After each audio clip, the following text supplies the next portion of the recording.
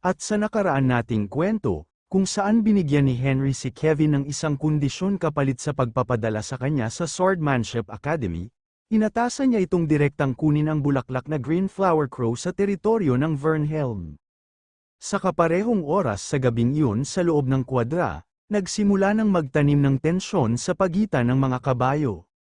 Ang puting kabayo ni Kevin ay lumapit sa kabayo ni Henry na si Jade at tinulak ito para istorbohin sa mapayapang pagtulog. Hindi ito naramdaman ni Jade at patuloy pa din sa mahimbing na pagtulog.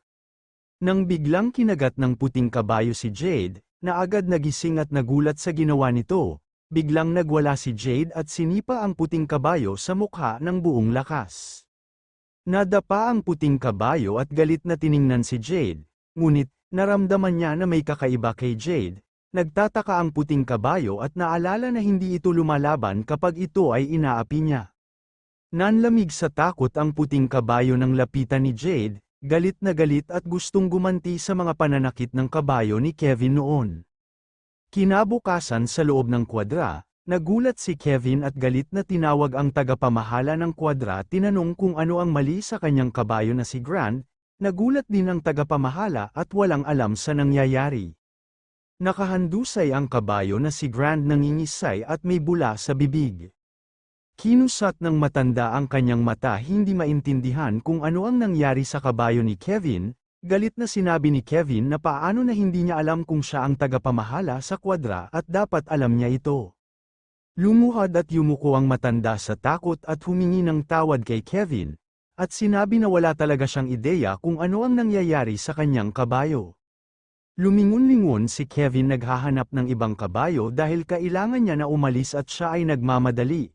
Nakita niya si Jade na kumakain ng dayami, hinila ni Kevin ang kabayo para ipasuot sa kanya ang sentadera, subalit, naging mabangis ito sa harap ni Kevin at may balak na saktan siya. Nailigtas sa oras ng matanda si Kevin mula kay Jade sa napakadelikado nitong pagtapak. Pinakalma ng matanda si Kevin, at nabigla nang ipaalam sa kanya ng tagapamahala na ang kabayo ay pag-aari ni Henry. Nalilito si Kevin at sa pagkakatanda niya na payat at mahina ang kabayo ni Henry. Sinabi ng matanda kay Kevin na gamitin na lang niya ang ekstrang kabayo na si Holter kung siya ay talagang nagmamadali. Umalis na si Kevin sa asyenda at mabilis na pinatakbo ang kabayo. Habang nakatingin sa bintana patungo sa kanyang kapatid, napagtanto ni Henry na kailangan niyang maghintay, at iniisip niya na kailangan niya ng malakas na katawan upang labanan ang lason. Upang makamit ito, kailangan niya ng aura, isang kapangyarihan na kilala sa tinatawag na mana ng mga mandirigma. Ang aura ay isang bagay na umiikot sa loob at nagpapalakas sa katawan. Ang pag-aaral na gumamit ng aura ay ginagawa sa pamamagitan ng pagtulak sa sariling limitasyon. At nagre-resulta na maabot ng isang mandirigma ang kakayahan na gumamit ng aura. Naalala ni Henry sa kanyang nakaraang buhay panahon ng kabataan niya, kung saan ang kanyang kaibigan na si Jackson Edward Golden ay nakiusap sa kanya na matuto ng swordmanship. Tiniyak ni Jackson kay Henry na mas lalakas ang mahina niyang pangangatawan, ngunit lalo lamang itong ikinainis ni Henry. Pagkaraan ng ilang sandali, dumating na si Henry pati na ang lingkod niya na si Cohol sa isang lugar na nasasakupan ng pamilya Morris. Hiniling ng Henry kay Cohol na makipagkita ito sa kanya sa oras ng pananghalian. Yumuko si Cohol sa young master bilang pagtugon. Ayon sa tala ng pamilya, dalawa lamang ang mga sword expert sa kanilang angkan, si Baron Hans Morris at ang isa ay isang malayong kamag-anak mula sa panig ng kanyang ama. Ang kapitan at namamahala sa seguridad na nagngangalang Baron. Iniisip ni Henry ang isang komandante na mahusay sa espada, at nais niyang malaman kung gaano ito kagaling. Pumasok na si Henry sa loob, at sa kanyang paglalakad wala siyang kahit isang tao na nakikita at napakatahimik ng paligid. Napansin siya ng isang utusang dalaga na may bitbit ng batya na puno ng labahan na damit. Binati siya nito ngunit hiniling na huwag na siyang batiin, at tinanong kung saan niya makikita si Baron. Sinabi ng dalaga na marahil ay nasa training ground ito sa likuran ng bakuran. Habang naglalakad si Henry papunta sa lugar ng training ground, tinawag siya ng isang tinig na nakakuha ng kanyang atensyon. Nakasalubong niya ang isang matangkad na lalaki na si Kapitan Beren. Tinanong siya nito kung ano ang ginagawa niya dito sa mababang lugar. Sagot naman ni Henry na wala namang mahalaga, may gusto lamang siyang itanong na pabor sa kanya. Tinanong ni Beren kung ano ang pabor na iyon.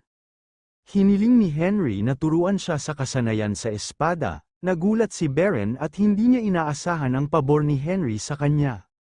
Tinanong ni Henry si Beren kung bakit siya nasorpresa. Tiniyak naman ni Beren na siya ang bata na hindi interesado sa pag-aaral ng espada.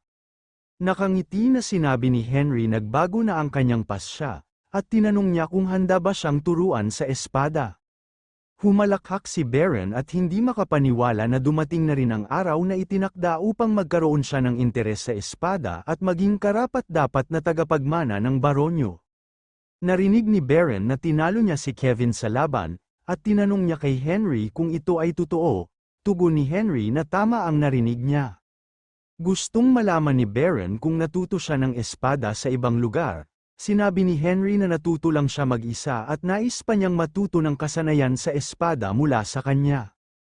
Hindi pa din makapaniwala si Beren kay Henry na siya na batang walang talento at interes sa espada ay matatalo si Kevin sa laban, at napagpasyahan niya na susubukan niya si Henry para malaman ang totoo.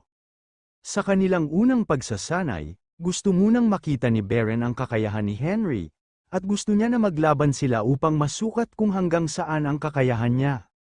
Sumang-ayon naman si Henry sa kanyang mungkahi, ginamit ni Henry ang kanyang mahika para pataasin ang kanyang lakas at liksi. Bago magsimula ay sinabi ni Beren na ibibigay niya kay Henry ang unang pag-atake.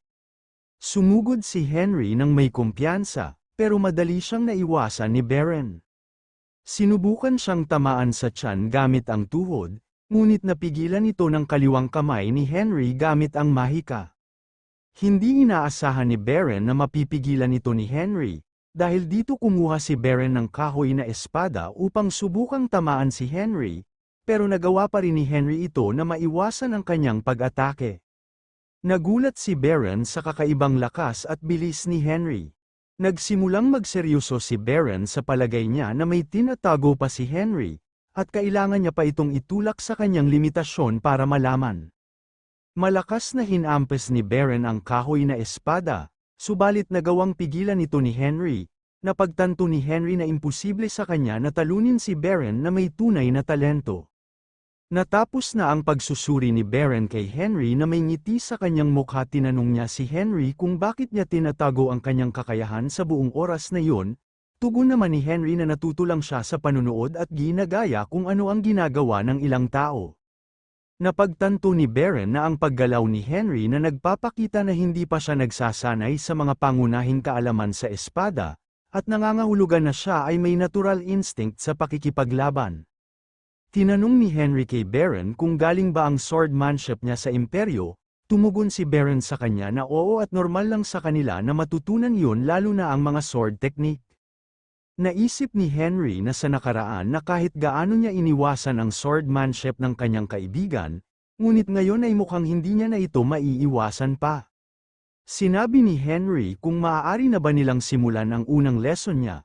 At sa panimula ng lesson nila ay tinanong muna siya ni Beren kung ano ang pinakamahalagang bagay na mayroon bilang isang swordsman. Tugon ni Henry na naniniwala siyang ito ay stamina. Sabi ni Beren na may punto si Henry. Ngunit ang batayan ng lahat ng swordsmanship ay ang footwork. Naalala ni Henry ang sinabi ni Golden sa kanya na ang pundasyon ay ang footwork. Napansin ni Beren sa ekspresyon ni Henry na mukhang hindi siya kumbinsido. Inaya ni si Henry na atakihin siya sa buo niyang makakaya, at ipapakita niya ito sa pagdepensa at pag-iwas ng kanyang mga atake. Ginamit ni Henry ang kanyang mahika para pataasin ang lahat ng kanyang katangian. Sumugod siya at inatake si Beren gamit ang kahoy na espada. Naiwasan ni Beren ang sunod-sunod niyang pag-atake ng walang kahirap-hirap. Nakaramdam na ng pagod si Henry at tagaktak ang pawis sa kanyang mukha. Sa huli niyang pag-atake naiwasan pa din ito ni Beren, maingat niyang tinusok ang daliri sa batok ni Henry at sinabi na dito na muna sila titigil sa demonstrasyon. Napabuntong hininga si Henry sa inis kahit ginamit na niya ang mahika, medyo mahina pa rin ang katawan niya at mabilis maubusan ng stamina. Tinawag siya ni Baron para ipakita ang mga bakas ng paa nila sa lupa upang ikumpara ito. Ang mga paa ni Baron ay gumagalaw ng mga bilog at nagpapanatili ang posisyon gayunpaman, ang mga paa ni Henry ay gumagalaw sa hindi regular na pattern. Sinabi ni Baron na ipagpapatuloy nila ang pagsasanay sa paa hanggang sa matagumpay na ni Henry na magawang mahawakan ang kanyang katawan, at idinagdag pa niya na kapag natutunan niya na ang circle steps, magpapatuloy sila sa pag-aaral niya ng sword techniques.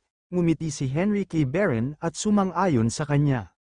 Naging mahaba at matindi ang kanilang pagsasanay. Bago simulan ang pagsasanay sa circle steps ay pinatibay muna ni Baron ang pisikal na pangangatawan ni Henry. Sa bawat oras na lumipas, lalong pinapanday ni Henry ang kanyang katawan at kakayahan. Sa kabila ng kanyang panghihina, patuloy siyang nagpupursige dahil sa kanyang matinding paghahangad ng paghihiganti sa tiranong hari at sa mga hangal na maharlika na nasa paligid niya. Napagtanto niya na kung hindi dahil sa kasalukuyang hari, dapat ay nasa Magic Tower lang siya nag-aaral ng lahat ng uri ng mahika. Pagkatapos ng isang araw ng matinding pagsasanay, nagdesisyon si Henry na tapusin ang kanyang training para sa araw na iyon. Lumipas ang mga ilang araw sa loob ng asyenda, kinuha niya ang kanyang notebook at isinulat ang mga bagong natutunan, pati na rin ang pangalan ng mga taong nanakit sa kanya at sa kanyang mga kaibigan. Matapos isulat ang kanyang mga kailangan, kinuha ni Henry ang isang sisidlan at nilabas ang nakabalumbon na bagay. Binuklat niya ang mapa ng kanlurang kontinente ng Eurasia. Sa kanyang nakaraang buhay ay itinago niya ang lahat ng kanyang mga kayamanan at artifact sa iba't ibang bahagi ng mundo. Sa paggunita sa kanyang alaala, minarkahan niya ang mga lokasyon kung saan niya itinago ang mga kayamanan sa kontinente ng Eurasia gamit ang mapa. Maya-maya, biglang bumukas ang pinto ng kanyang silid, napalingon siya at nakita si Kohol. Pinapasok niya ang lingkod sa loob ng kanyang silid. Nang makapasok, binalita ni Kohol na nakabalik na si Kevin sa asyenda. Nagulat si Henry sapagkat 5 araw pa lamang mula nang umalis si Kevin, agad na tumayo mula sa kanyang pagkakaupo at sinabi ni Henry kay Kohol na dalhin siya kung nasaan si Kevin. Nang makarating, nakita nila ang mga katulong na nagtitipon sa labas ng silid ni Kevin, gumagawa ng ingay at nagbubulong-bulungan. Pinatunog ni Kohol ang kanyang lalamunan para makuha ang kanilang atensyon. Tinanong ni Henry kung bakit lahat sila ay naririto. Tumugon ang isang katulong at sinabi na dahil si Kevin ay nasa mahinang kalagayan. Idinagdag pa ng katulong na mukhang inatake ng mga bandido si Kevin sa kanyang pagbabalik. Labis niya itong ikinagulat na isip ni Henry na pinaalis na niya ang mga ito nung nakaraan at marahil ay may pumalit sa kanila na ibang grupo. Pumasok na sa loob ng silid si Henry. Pagdating ay nadatnan niya si Kevin na nakahiga sa kama at balot ng benda. Habang humahagulgol ng iyak ang kanyang ina sa pag-aalala, sa tabi ay sinuri naman ng doktor ang mga sugat nito. Tinanong ni Henry sa doktor kung gaano kalala ang sugat ni Kevin. Tumugon ang doktor at sinabi na kailangan niya ng malawakang paggamot. Idinagdag pa niya na bago pa man siya umalis para sa kanyang paglalakbay ay wala siya sa pinakamabuting kondisyon at mas lalo pang lumalala sa mahaba nitong paglalakbay. Nang lumabas na ang lahat at si Henry na lang ang natitira sa loob, nagising na si Kevin at napansin sa tabi si Henry. Pinilit niyang bumangon, pero pinigilan siya ni Henry at sinabihan na hindi niya kailangan bumangon. Napagtanto ni Henry na mas matyaga si Kevin kaysa sa iniisip niya. Kahit hinang-hina ang boses, sinabi ni Kevin sa kanyang kuya na nakuha niya ang mga bulaklak na green flower crow na kanyang iniutos. Binati naman ni Henry si Kevin sa pagtupad sa kanyang pangako. Gaya ng kanyang pinangako sa kanyang kapatid ay siya na ang kapalit niya sa pagpasok sa Swordmanship Academy. Pinatulog ni Henry si Kevin gamit ang mahika. Matapos patulugin ay ginamit ni Henry ang kanyang heel upang ihinto ang pagdurugo at pagalingin ang anumang panloob na pinsala. Kinuha na ni Henry ang bulaklak na kinakailangang sangkap, agad siyang bumalik sa kanyang silid upang maghanda ng isang espesyal na elixir. Habang pinagmamasdan ang kumukulong likido, naalala niya ang panahon kung kailan ginagawa niya ito taon-taon para sa mga bagong recruit sa Magic Tower at dahil ngayon ay patay na siya, ang tradisyon ay malamang matatapos na din. Alam niyang mapanganib ang paggawa ng elixir, dahil isang maling hakbang lamang ay maaaring sumabog ang kanyang puso sa sobrang dami ng mahika, ngunit wala siyang ibang pagpipilian, kailangan niyang palakasin ang kanyang katawan at paghandaan ang kanyang paghihiganti, hawak ang elixir sa kanyang kamay, may kaba man sa kanyang dibdib, inihanda na niya ang sarili para sa susunod na yugto ng kanyang buhay. Ininom ni Henry Morris ang buong mahiwagang inumin sa isang lagok, bigla niyang naramdaman ang matinding sakit na parang sinusunog ang buong katawan niya. Hinawakan niya ang kanyang leeg, at umupo sa sahig na nakayuko, pilit na kumokontrol sa puwersang dumadaloy sa kanya para mabawasan ang sakit. Sa kabila ng matinding paghihirap, naramdaman niyang napuno siya ng napakalakas na enerhiya, isang hindi mapigil ang sigla. Alam niyang ito ang matagal na niyang hinahanap, kahit na sobrang sakit, tiniis niya ito at pinilit ang sarili na magpatuloy. Kung ikukumpara niya ang sakit na naranasan niya noong siya ay na-awakened bilang 8th Circle Mage ay hindi ito masakit kaysa sa dati, at marahil ay dahil na din nasanay na ang kanyang katawan sa sakit. Habang dumadaloy ang enerhiya, biglang bumuo ang pang-apat na bilog sa kanyang puso, kahit nakapokus ay hindi makapaniwala si Henry at hindi niya maunawaan kung paano ito nangyari. Wala pang ilang saglit, sumunod na bumuo ang panglimang bilog, at naisip ni Henry na ang Miracle Blue na elixir ay lampas-lampas pa sa kanyang inaasahan, at sa isang iglap siya na ngayon ay nasa antas ng 5th Circle Mage. Ang domain ng 5th Circle Mage ay isang antas na hindi naabot ng karamihan sa kanilang buhay, kahit na ginugol nila ang kanilang buong buhay sa pagsisikap na makamit ito. Ang mga taong nakakamit sa antas na ito ay tinatawag na sorcerer. Sila ang mga taong may kakayahang lumaban sa mga daan-daang mga kalaban, ang pagkontrol sa mahika ay maihahambing sa isang sword master. Gusto niyang subukan kung kaya niyang bumuo ng isa pang bilog. Medyo nadismaya siya dahil 2 bilog lang ang nadagdag, pero mas marami na ito kaysa sa inaasahan niya. Bigla niyang naamoy ang isang napakabahong amoy, napansin niya na nanggagaling ito sa kanya. Hinubad ni Henry ang kanyang suot-suot na damit, at nagtataka kung bakit lubhang marumi ito na hindi isang bagay na sanhi ng pawis lamang. Naisip niyang tumungo sa salamin, tumayo siya sa harap at nagulat sa kanyang nakita. Ang dati niyang ordinaryong katawan ay naging matipuno at malakas. Napagtanto niyang hindi lang magic circles ang ibinigay ng Miracle Blue Elixir sa kanya, kundi isang ganap na body awakening. Sinuri ni Henry ang pagbabago ng kanyang katawan, at napagtanto niya na ito ay isang bagay na nangyayari lamang sa mga gumagamit ng mana, kapag ang mana sa katawan ay umabot sa limitasyon nito. Sa puntong ito, labis na nasisiyahan si Henry sa kanyang malakas na pangangatawan at lumalawak pa ang kanyang kakayahan. Napagtanto niya na ang masangsang na amoy sa katawan niya ay dulot pala ng mga dumi na lumabas mula sa kanyang katawan sa panahon ng pag-awaken niya. Gumamit siya ng spell para linisin ang sarili, at natuwa siya dahil mas magiging madali na ang kanyang pagsasanay. Maya-maya pa dumating si Kohol upang ipaalam na nakahanda na ang kanilang almusal, subalit nang makita niya si Henry ay halos hindi niya maipaliwanag ang gulat. Sa harapan niya, ang kanyang young master ay hindi na mukhang payat na bata, kundi may isang katawan ng tunay na mandirigma. Hindi makapaniwalang iniisip ni Kohol na maliban sa lakas ng pangangatawan ay tumangkad din ang kanyang young master, napagtanto niya kung dahil iyon sa mga sangkap na kanyang kinuha. Nang dumating na si Henry sa hapagkainan, laking gulat ng buong pamilya ni Henry nang makita siya, ibang-iba na siya kaysa sa dati nitong pangangatawan. Matapos ang ilang sandaling katahimikan, tinanong siya ng kanyang ama kung ano ang nangyari sa kanya at paano siya lumaki ng ganoon. Sinubukan ni Henry na itago ang katotohanan at ngumiti ng hindi sigurado, sinabing hindi niya rin alam at nagising na lang siyang ganito. Nang dumating siya sa kanilang pagsasanay, sinuri siya mula ulo hanggang paa ni Kapitan Beren at hindi ito makapaniwala. Nagtaka siya kung paano nagkaroon ng ganitong epekto ang pagsasanay kay Henry, kahit na para sa kanila ay tila masyadong malaki ang pagbabago, pero sinabi ni Henry na wala nang silbi ang magtaka pa, ang mahalaga ay mas madali na siyang makakapagsanay. Nagpasya si Kapitan Baron na taasan ang antas ng kanilang pagsasanay at simulan ito sa pagsasanay sa kanyang mga binti.